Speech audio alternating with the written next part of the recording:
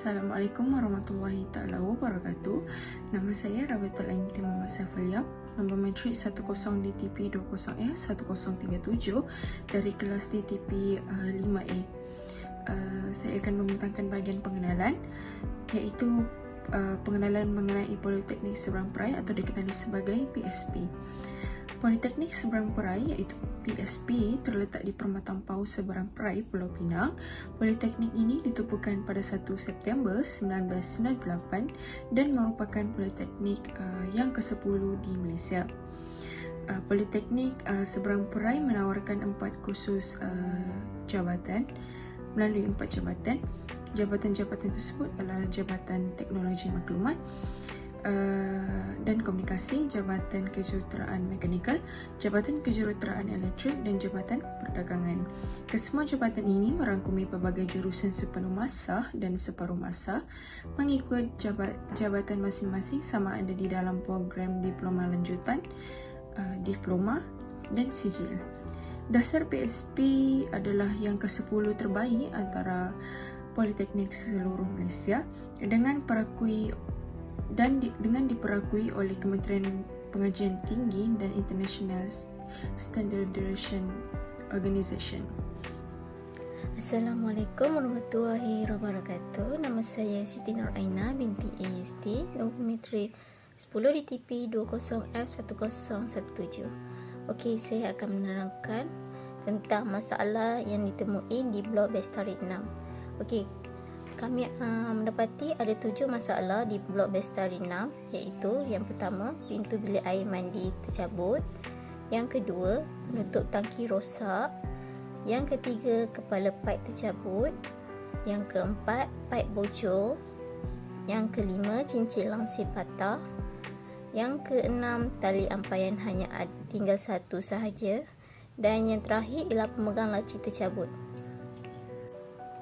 Okey, seterusnya adalah sebab utama mengapa berlakunya masalah-masalah di Blok Bestari 6.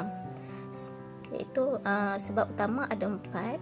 Okey, yang pertama ialah kurang penyelenggaraan kerana mereka menganggap kerosakan tidak terlalu teruk dan mereka tidak mengambil peduli akan kerosakan yang berlaku. Okey, selain itu pihak asrama kurang menghantar orang untuk proses penyelenggaraan untuk setiap bulan. Okey, sebab utama yang kedua ialah tidak digunakan dengan cara yang betul, iaitu bergurau bersama kawan-kawan sehingga berlakunya kerosakan. Yang kedua ialah menggunakannya dengan cara yang kasar atau ganas ketika ingin menarik paip atau sebagainya. Dan yang ketiga ialah bermain-main ketika menggunakan kemudahan asrama.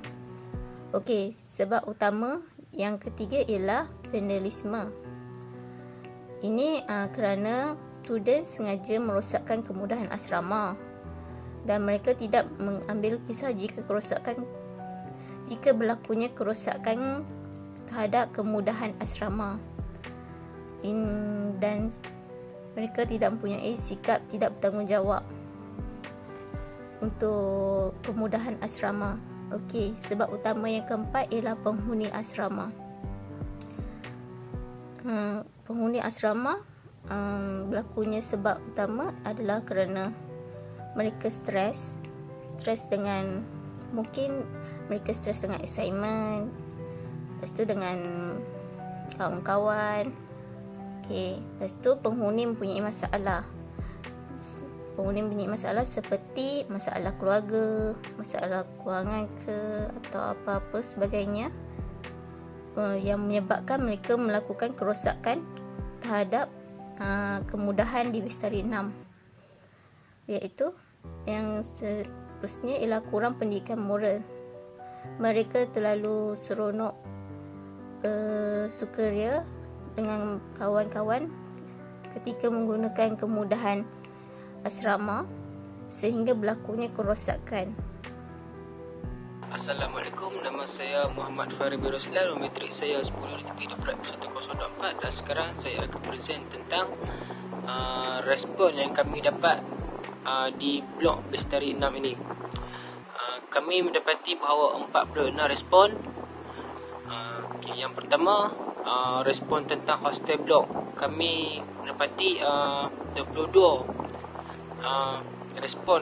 Yang paling tinggi ialah good. Yang kedua adalah hostel condition. Terdapat 21 pelajar respon good.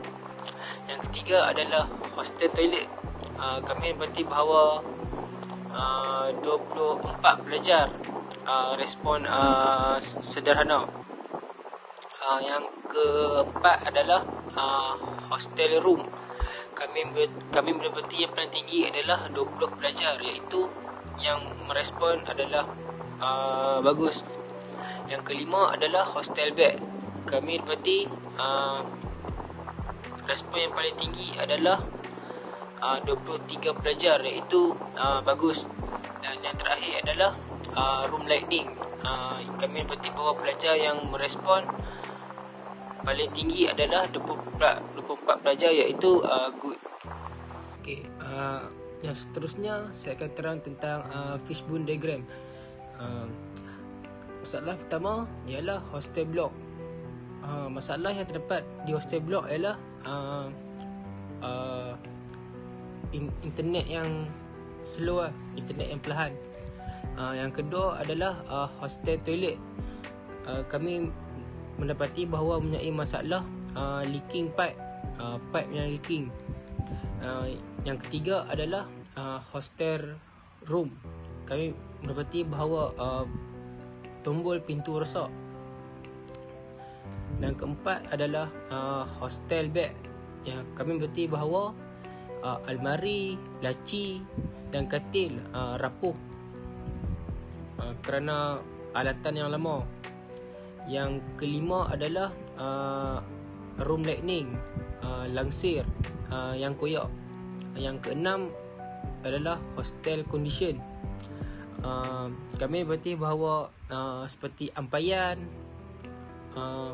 rosak dan tidak boleh dipakai. Seterusnya saya akan terang tentang graf Pareto chart. Setelah mendapat keputusan respon, kami berarti respon good dan medium mendapat respon tertinggi. Oleh itu terdapat juga respon yang kurang memuaskan. Oleh itu pihak politeknik perlu mengambil berat tentang masalah yang dihadapi di blok Bestari 6 ini. Assalamualaikum, nama saya Muhammad Nazirul Najman bin Muhammad Nazri. Nombor metrik saya 10 DTP 20F1036. Masalah pertama adalah masalah tandas seperti paip pecah, pintu tandas longgar dan tandas tidak mempunyai kunci untuk mengunci pintu. Kerana tandas adalah kemudahan yang paling umum, ia digunakan oleh banyak pelajar dan pelajar menggunakannya dalam kehidupan seharian mereka. Jadi, ianya penting kepada pelajar kerana mereka mempunyai masa untuk dikejar. Kerana masalah tandas ini terpaksa berkongsi dengan ramai pelajar. Kerana bahagian tandas yang rosak, mereka terpaksa menunggu. Itu bermakna pelajar akan mengambil banyak masa walaupun hanya untuk mandi.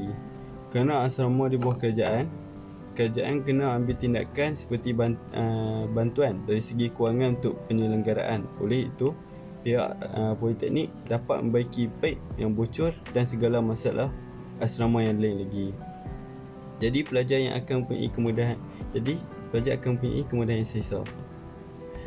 Kemudian lampu meja rosak. Isu ini adalah yang paling mudah diselesaikan. Jika lampu meja rosak, pelajar boleh ke pejabat asrama untuk melakukan aduan. Kemudian pihak asrama akan menghantar penyelenggara untuk menukar lampu meja. Seterusnya, politeknik mempunyai kelab My Crew di mana ia terdiri daripada student. Kelab ini bertujuan untuk menyelenggara kemudahan di asrama politeknik.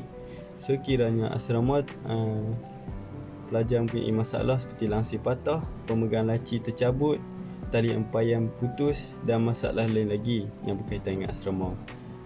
Pelajar boleh membuat aduan kepada kelab ini sekiranya berlaku kerosakan.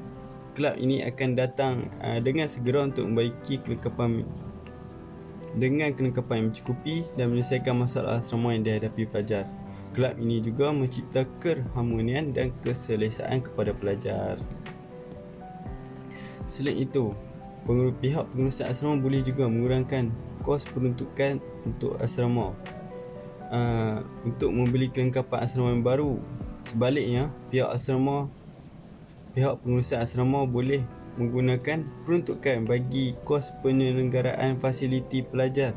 Ini bertujuan untuk memberikan keselesaan kepada pelajar daripada menukar alatan perabot yang sedia ada yang masih boleh digunakan. Di samping itu, boleh juga menjimatkan kos. Kemudian, ketua asrama boleh mengambil tindakan dengan melakukan pemantauan untuk setiap aras, melakukan laporan kepada pihak pengurusan asrama bagi wakil pelajar di asrama sekiranya pihak pengurusan asrama tidak mengambil tindakan. Sebagai langkah terakhir, pelajar boleh melakukan penyelenggaraan sendiri untuk masalah ringkas seperti tali penyangkut kendur atau tali putus.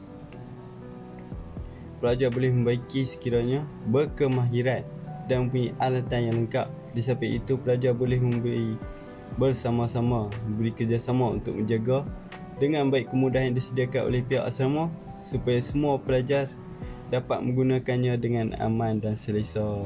Itu saja daripada saya. Terima kasih. Seterusnya saya akan membincangkan dan membentangkan bahagian kesimpulan. Terdapat beberapa kebaikan yang dapat kita lihat sekiranya para pelajar tinggal di asrama. Yang pertama adalah pihak asrama menyediakan peraturan yang konsisten kepada pelajar agar lebih berdisiplin. Yang kedua, belajar berdikari. Para penghuni asrama juga tidak secara langsung akan dapat belajar berdikari, terutamanya dari segi pengurusan diri atau penampilan. Dan yang ketiga, para penghuni asrama juga mudah untuk membentuk study group di kalangan mereka. Study group adalah sangat penting untuk memudahkan mereka bertukar pendapat dan serta boleh berbagi ilmu. Dan yang terakhir, dengan fasiliti yang ada, pelajar boleh belajar dalam kuantiti yang ramai di dalam satu bilik, contohnya menggunakan bilik belajar yang telah disediakan.